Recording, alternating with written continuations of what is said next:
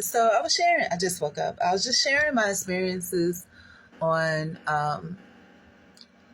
coming to the US and black hair products, pretty much, and some of the background on that. And somebody said that's a lot of assumptions of people's intentions. What specifically, quantify what you're saying, what specifically was said that you felt like was an assumption on people's intentions? And why do you feel like that was a lot?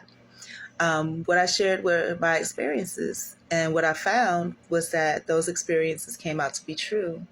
I shared in that video that I posted that when I was younger, um, I didn't use hair products that were specifically made for black hair.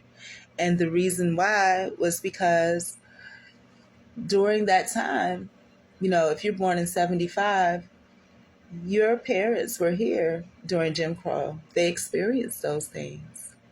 And so they experienced situations that put them into the light of white culture and what white people of that time thought of us, of black people, and minorities in general. If you watch some of the shows that were out, and what it put me into the mindset of is that common sense, and it really turned out to be true, is that if there's a culture of people that believe that these people at that time are lesser than, or they have a hatred where they're willing to lynch these people, kill these people, regard children, take children, babies, and feed them to alligators, skin these babies and feed them to alligators just because they had dark skin and they felt that that made them lower, then I wouldn't trust anything that's specifically made for black people.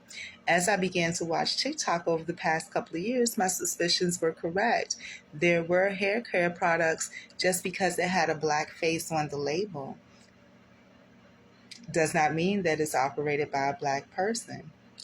And because, as such, some of the items that were in there were actually damaging to black people. There was some Echo styling gel created by a Caucasian lady. Maybe that wasn't the intention, but it did no service to black hair. It made it worse. Perms, relaxers, same thing. And then you had products that had a black face on them, like a black figurehead, that again didn't do any service to black people, and it actually made it worse. If you look at historically black colleges and universities, those presidents are just figureheads. They don't make the money that comes through there, and the education and the things that you have access to are below par. But anyways, love you, bye.